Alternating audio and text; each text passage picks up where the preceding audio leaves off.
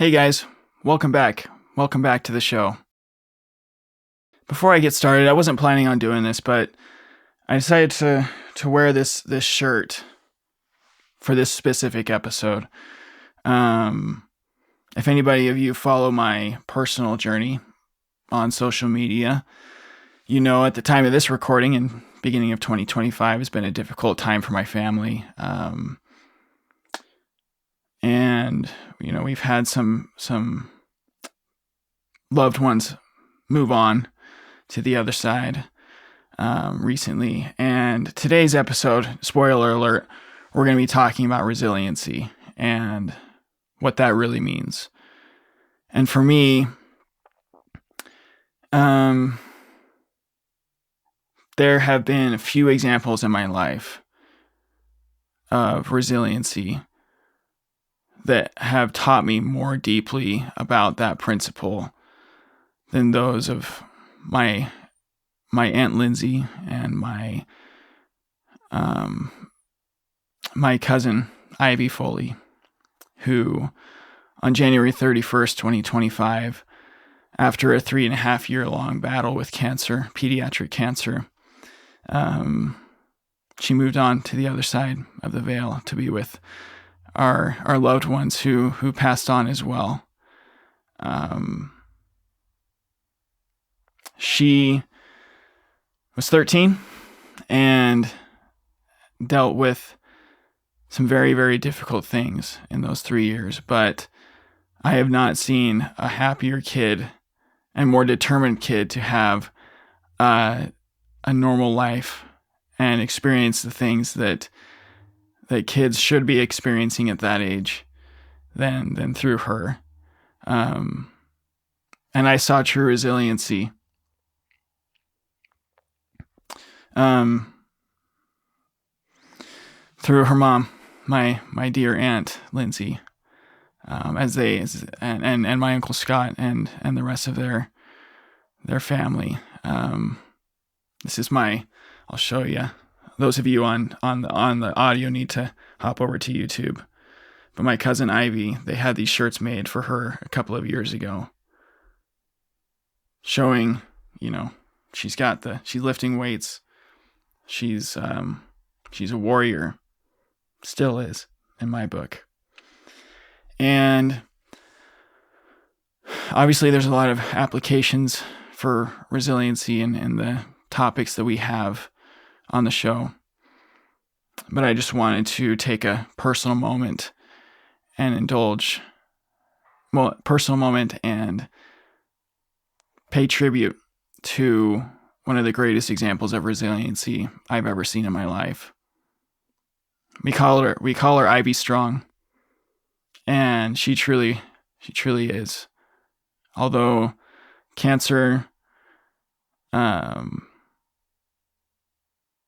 ended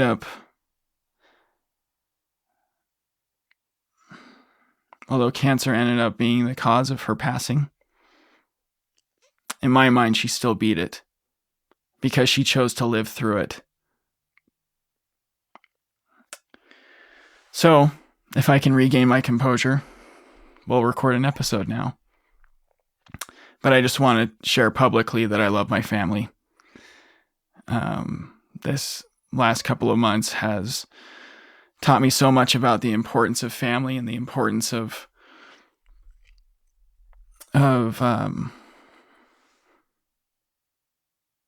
strengthening those bonds and those bonds of faith and love and community.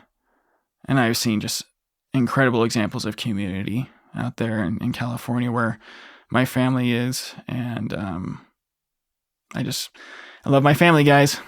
So anyway, back to the show. Resiliency is allowing ourselves to feel the pain, but choose the meaning and then move forward with that. It's not happy-go-lucky. It's not this Pollyannish optimism. It's determination, a mental muscle. I was just winding down my time as a Latter-day Saint missionary in Henderson, Nevada, and a church leader in a talk online encouraged us to build our resilience. But at the time, I thought it just meant to increase our ability to grit our teeth, push through adversity and just put our head down and just bear through it. But I think that the bulk of what it means to be resilient is how we choose to respond to the adversity. It goes so far beyond just putting our head down and waiting for the clock to run out. You have the capacity to take action in your pain and eliminate the suffering, but we can choose what emotions we associate with that pain. We also talk about resiliency in the same breath as mental toughness. You may think that to be mentally tough, you have to push through all pain without addressing it head on. So instead of mental toughness, I'd invite you to think mental fitness. And if we are mentally fit, then the mental muscles that we need to exercise resiliency are ready to get to work, to find meaning that serves us in our pain, to face the pain head on, not run from it, but also not put our head down and endure it until it's over. It is looking for solutions to our pain, but not trying to rush through it so much that we deprive ourselves of the lessons it could teach us. One of the greatest examples of that aspect of resiliency was my cousin Ivy. Her cancer, her treatments, everything that went with it, did not stop her from living life to the fullest. And don't let your injury stop you from living life to the fullest, both your musical life and your personal life.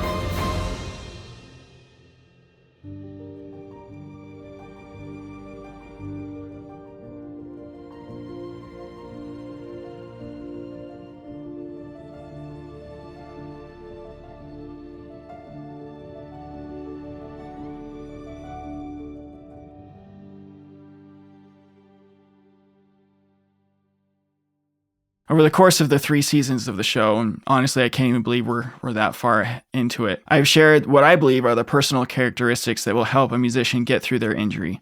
Things like curiosity, tenacity, patience, etc.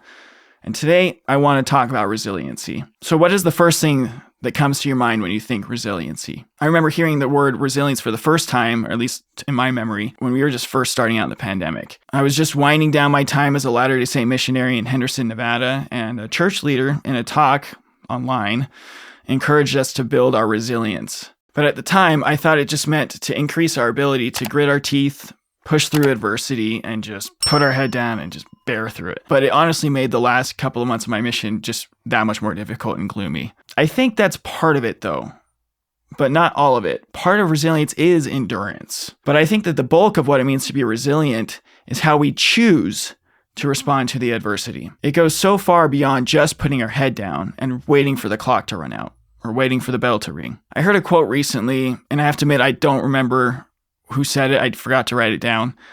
But the paraphrase of it is that resiliency is not gritting your teeth. It is healing the suffering and moving forward through it, or moving forward through the pain. In short, it's action. It's being proactive about what's causing your pain and doing everything in your power to move through it. Hey guys, I just want to interrupt the show real quick and just tell you about something I've been working on for a long time that I'm so excited to share with you. Like I've said in the past, you have the potential to make your injury become a benefit to you, an asset to you. But at the same time, I know the feeling of being lost, not knowing who to turn to, where to go, what resources to use, all sorts of things, and also how to reframe the situation, the mental skills that's needed to be able to do that. And so if you are one of those people looking for that resource, that help, that coaching, I want to tell you about something I've been working on, and that is Musician Unchained. Musician Unchained is now the newest coaching platform for musicians going through injury. It is intended to help you view your situation in a way that benefits you and make the changes in your life that you need to become the best version of yourself because of your injury. Your injury being the impetus for that change. I would love to be able to help you in any way that I can, even if that means sending you somewhere else to someone who can better help you. And so if you are interested in working together one-on-one, visit our website, musicianunchained.com/let's hang for more details. All right, let's get back to the show. We have talked about how unpleasant emotions are things to move through, not avoid, right? Unpleasant emotions can, not always, but they can also work that same way. You have the power to do what you need to do to heal the adversity you are going through, aka your injury. You have the capacity to take action in your pain and eliminate the suffering. But what is the difference between pain and suffering, by the way? There's that old adage that pain is inevitable, but suffering is optional. Look, we all know that going through an injury is painful, not just physically, but emotionally. And I bet a lot of you would agree that that emotional pain of missing out on gigs, auditions, performances, whatever it is often more painful than the physical aspect of the injury. But we can choose what emotions we associate with that pain. We can choose how we respond and how we interpret those emotions, how we interpret that pain. The actual definition of suffering is, quote, the interpretation and emotional response to pain, including thoughts, beliefs, and judgments about that pain. And that definition comes thanks to the National Institute of Health, by the way. For example, you stub your toe, your brain sends a signal. Ouch. Maybe a few 4-letter words in there, depending on what kind of day you've been having too. But suffering, the interpretation of that pain is, why does this always happen to me? It's just my luck. I guess I'm just destined to be a toe stubber the rest of my life. Obviously, I'm kidding around a little bit just to make a point. But if we're all being brutally honest with ourselves, could we draw some parallels between what I just said and how we have all taken meaning from our injury? Resiliency is allowing ourselves to feel the pain, but choose the meaning, and then move forward with that. It's not happy-go-lucky. It's not this Pollyannish optimism. It's determination, a mental muscle that we build as we face the challenges that life throws at us. And another thing, and this is my opinion and my preference of word choice, we also talk about resiliency in the same breath as mental toughness. And that may work for some people, and that's fine. But those of you who think like me, I would invite you to think of it a little differently. So what do you think of when you think mental toughness? You may think grit your teeth, tough it out, no pain, no gain, death metal, tattoo sleeves, and a soul patch. Right? Maybe not, but at least you may think that to be mentally tough, you have to push through all pain without addressing it head on. And if you've been listening to the show, you know that's not how we roll at Trust the Process. So instead of mental toughness, I'd invite you to think mental fitness. We all want to be fit, right? If we are fit, in most cases, that means we have an overall good bill of health. And if we are mentally fit, then the mental muscles that we need to exercise resiliency are ready to get to work, to find meaning that serves us in our pain, to face the pain head on, not run from it, but also not put our head down and endure it until it's over. We're not ostriches. We're not putting our heads in the sand just to avoid pain, just to avoid suffering. It is looking for solutions to our pain, but not trying to rush through it so much that we deprive ourselves of the lessons it could teach us. And you know where I'm going with this. I've said it so many times on the show. Your injury has the potential to become one of your greatest teachers. But in order for it to do that, you have to learn to be resilient and mentally fit. Hey guys, hope you're enjoying the show. I just wanted to jump in here real quick and tell you about something that I'm really, really excited about. For a while now, I have wanted to create an even more effective resource than just the podcast that injured musicians can go to receive the support that they need. And recently I did just that. So write this down. Trust the Process Podcast Injured Musician Support Group. I know it's a long title. We're still working on that part. But this is a place where people can go now, injured musicians and even musicians who have gone through injury in the past, and people that help musicians go through injury, where they can go to receive the support that they need, whether that be ask questions, share their victories, share their frustrations, and overall just receive the community and the support that they need in a very proactive, intentional way. And so I just ask that you guys support these injured musicians by sharing this group with them, that they can receive the support that they need. Okay, enjoy the rest of the show. Yeah, it sucks. When you stub your toe, in the moment, you don't say, I'm so grateful this happened. No, it hurts. Let it hurt for a bit and learn to take precautions so you stub your toe less. You are allowed to have unpleasant emotions in response to your injury. I'm not saying that you're not supposed to. It's how you will respond to them. Hopefully, you will apply what we've been talking about with resiliency. These skills are not just to help you with your injury recovery, but with your entire life. Mental fitness is probably the most overlooked attribute that we can develop as human beings. Guys, there is meaning in your misery. There are principles to your pain. How do you like those for some bumper stickers?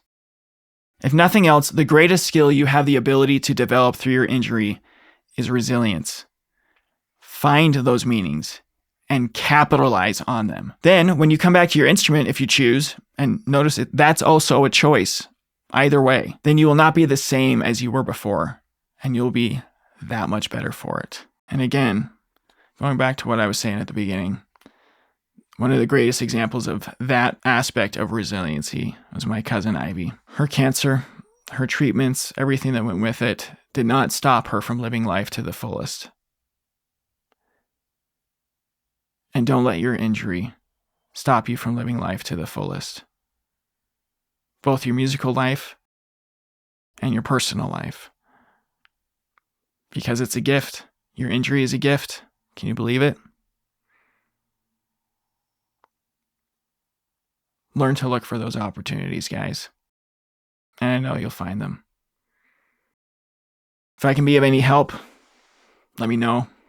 You can send me a text. You can send me an email. You can join our newsletter. You can subscribe to the show. Share it with those who you think it would benefit. You could make a donation if that's something you are willing and able to do. If you want some one-on-one help, Musician Unchained is here for you in that way. And in any way I can, just let me know how I can help you and serve you and make this podcast, make this brand a better asset to you on your injury recovery journey. And so keep on keeping on, guys. Keep trusting the process. Until next time.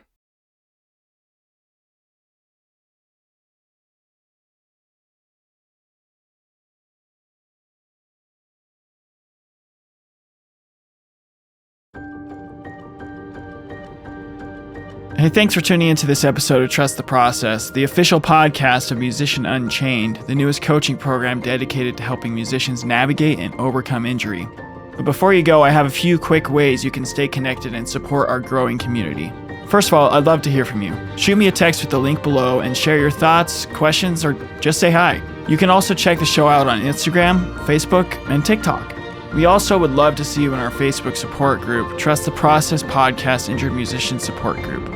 If you found value in today's episode, consider making a donation to support our mission of empowering musicians worldwide. Every contribution helps us create more content and resources for you. So visit link number 2 below to support the mission. If you decide to donate, I'll send you my newest resource, the Injured Musician Toolkit, which is an ebook designed to give you tools to help you get through your injury. Subscribe to our newsletter to get exclusive insights, tips, sneak previews of episodes, and announcements straight to your inbox. Act now and I will send you a free gift. So sign up at www.musicianunchained.com/newsletter. And if you or someone you know would like to go deeper with me in the topics of injury and mindset, head over back to musicianunchained.com and check out the Let's Hang tab. As always, I want to thank Daniel Baldwin, my audio engineer, and my sister Dana Lovell for her help with the promotional materials. There is no podcast without them. Before I go, I want to tell you how much I deeply appreciate your time and support. You are not alone on this journey. There are musicians and educators out there who need this resource, and we need to get it to them. Together, we are breaking the chain of old habits and thought patterns that don't serve us anymore, and unchaining the potential within ourselves to face each challenge with strength and resilience.